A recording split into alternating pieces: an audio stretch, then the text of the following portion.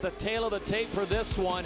Palomino, 35 years of age, 5'8". He's got a 67-inch reach. His opponent, Brian Foster, 31 years of age, 5'9", and a 71-inch reach. Matter of correction, Brian Foster's opponent did not step out. That would have been Zeffirino.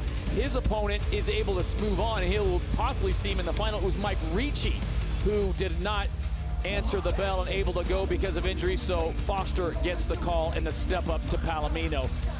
As we take a look at the rules for this tournament tonight, it's a 10-point must system based on effective striking, grappling, aggression, and of course cage control. There are no knees or kicks to the head of a grounded opponent, and there are no elbows in this semifinal.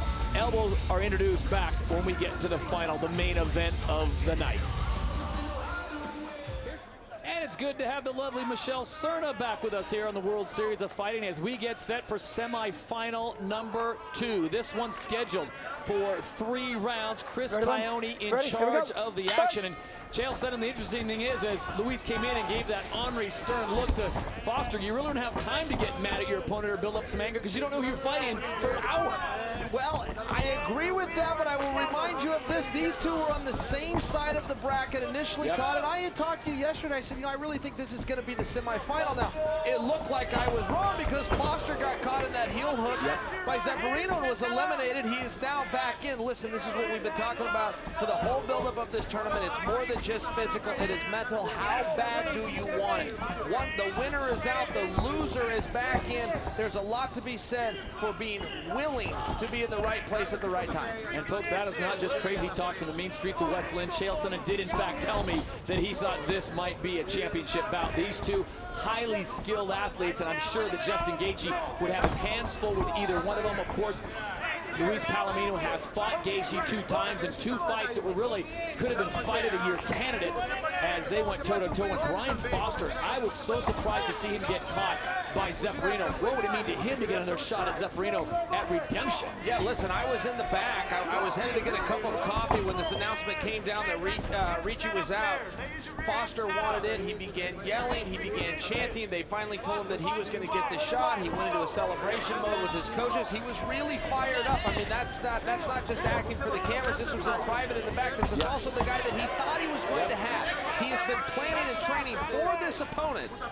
Now, there is a lot to overcome when he got upset a moment ago in that heel hook. At the same time, here he is, and time moves forward, and there he's fired on Palomino. Both men scoring points on that exchange. Luis Palomino in the red trunks, Brian Foster in the black and green. And both of these guys come in with a bad attitude. They are 1 win away from getting to that championship, and then it's Justin Gaethje in the spring for the belt. Yeah, Gaethje's definitely sitting in the very front row with his coach Trevor Whitman watching this fight. I'm a little surprised that Foster is dictating the striking of this fight. Palomino is kind of this division's Vitor Belfort, if you will. He's extremely explosive, he's extremely accurate, he's extremely powerful, but not when he doesn't get off, not when he just stands there and waits, and he's doing a lot of waiting for a 2-round fight. And let's remind the folks at home that didn't see it, Rich Petishnock really was dictating the pace in round 1 against Luis Palomino, and Palomino got the TKO with 5 seconds left in round number 1. So both these guys, Chael, come in. Conditioning should not be a problem because neither one of them went a full round in their quarterfinal bout. Yeah, I think that's right. I mean, conditioning is always a problem when you're out there in these kind of battles, but I get your point that they're not coming in. Foster did tap out early enough. Not a lot had happened in that fight. A little bit of a grappling exchange. Luis was in more of a battle. And that's what Palomino's known for, but Foster takes it. Palomino landed a big left, and it stunned Foster momentarily, but he comes forward and gets the takedown. Foster took that shot. My goodness. Turned it into a takedown of his own. It's about 2 feet away from the cage, Todd. I think it might behoove Foster to push Palomino into the cage to really trap him here. That 2 feet of space is enough if Palomino can get his feet on his hips and push away, but now Foster's advancing to side control here. Palomino had this same problem in his first fight. He just was a little bit slow to get going. He's a little bit slow right now. This isn't him at his fully best, but there's no better time to explode. He can't go through this with the mentality of reserving energy, or he may not make it to the next round. At this level, Luis Palomino is known as a thoroughbred who can certainly close a fight. He is really good in the championship rounds of 3, 4, and 5. But in this format, just 3 rounds here, and the winner moving on, he's got to get to work and get to work quickly. Brian Foster, no slouch, and right now Foster almost has the full mount. This is not where Luis Palomino wants to be. He's got it. It just dawned on me, Todd. I'm sure you've already done this math, but I just processed this. Should Foster win, he will be rematching Zeffirino. Exactly. So redemption could be in the line. Joao Zeffirino awaits the winner of this fight. That will be our main event. You'll see it live here on NBCSN.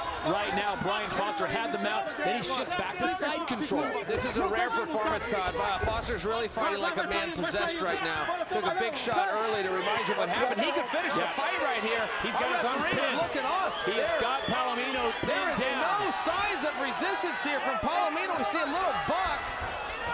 Now he's out of the position. Foster needs to settle back in here. 15 segundos, babu. Final 10 seconds of round number 1, so it looks like Palomino is going to make it to round number 2. Remember, it's 3 rounds, so the winner moves on. We'll have round 2 when we return to Phoenix. Good job. That was dominant.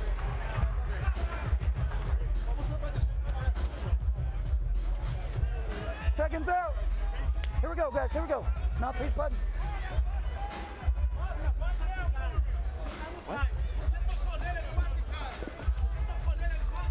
All right, take a look at this position right here, Todd. I really thought the referee may step in and stop this. Palomino took about 12 unanswered shots. He finally bucked Foster out of that position.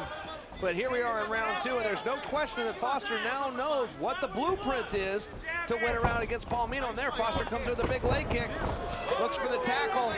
A little bit too far out. Foster needs to get his hands up here.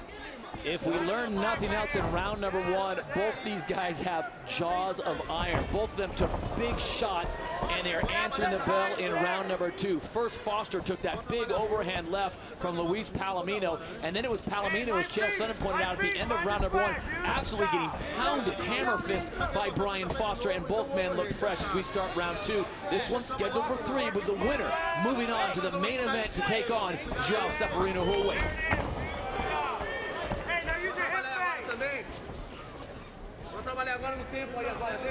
Let's check in quickly with Mike Corey. He's backstage. Yeah, thanks, Todd. I did talk to Zeffirino. He's ready to go. He's just calm and collected in the locker room, getting ready. He said he doesn't care who he faces, whether it's Foster again or Palomino. He's ready. Strategy really doesn't change for him, but he's just looking forward to getting back out there for the finals. All right, thank you, Mike. And Chael, I've got to think that Zeffirino, even though he says he doesn't care, I got to think he's psychologically, he'd love to get Foster again. Well, you know, I would have to think that that's right.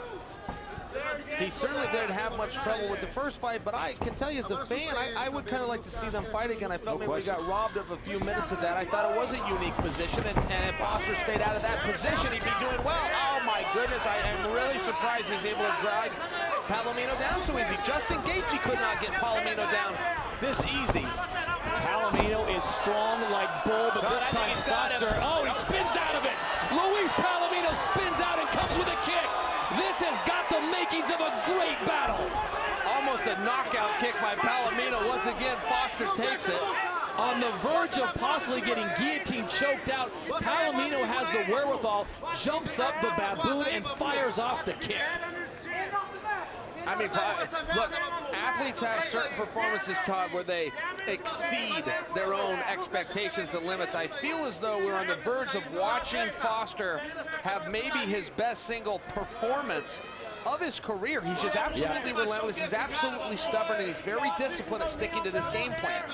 We're only halfway through the contest, but he's being very dominant over a former 2-time #1 contender.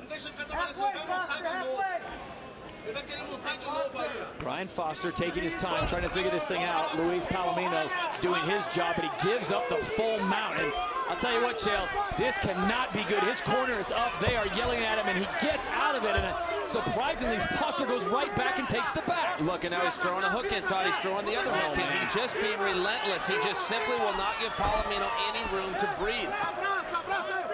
Goes to the mount again, and here the hammer fist looking for an opening. Brian Foster raining down heavy leather. Now he tries to sink in the choke. Palomino drops the chin, defends it well.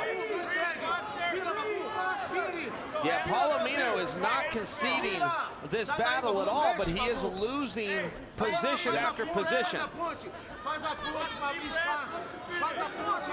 Palomino's got the right arm trapped to Foster. Now he pulls it free.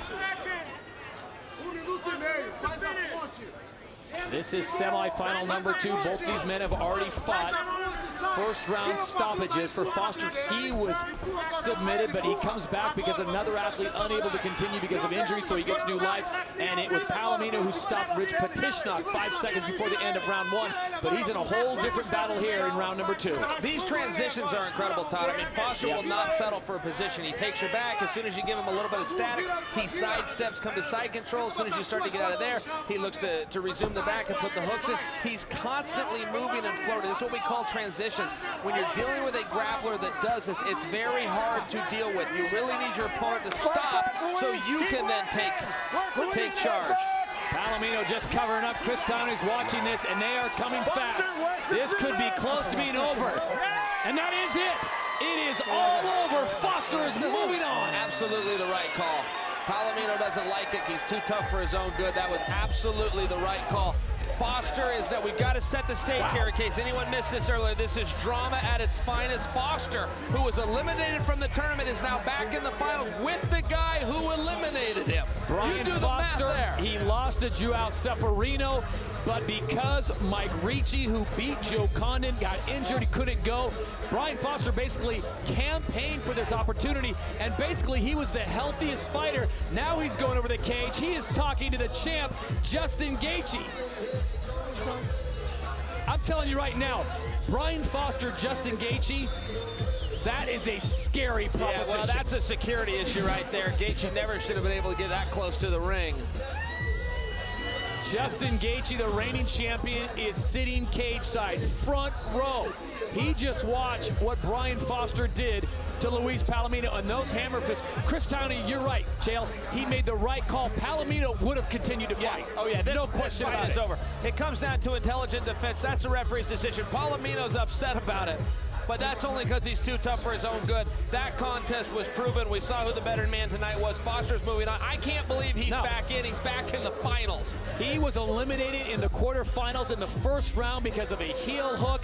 He was distraught. He left thinking my night is over, and then new life. And that is part, Chael, as you've told me before, in an 8-man tournament, guys may win, but they may not survive to move on, and they might just say, you know what, I can't keep going. So many guys don't move on. You've got to understand, we had 2 winners that said, look, we don't want to continue. We won, and we don't want to continue. Foster lost and said, yes, I will replace one of you. I do want to continue. I do remember why I signed that contract and why I showed up in the first place. Durability on Foster's side. I've always believed in Foster. I did not believe he could beat Palomino that handily. Ladies and gentlemen, referee Chris Townley has stepped in and stopped the fight at 4 minutes, 19 seconds of round number 2. Officially a technical knockout due to strikes. Your winner advancing to the finals, Brian Foster.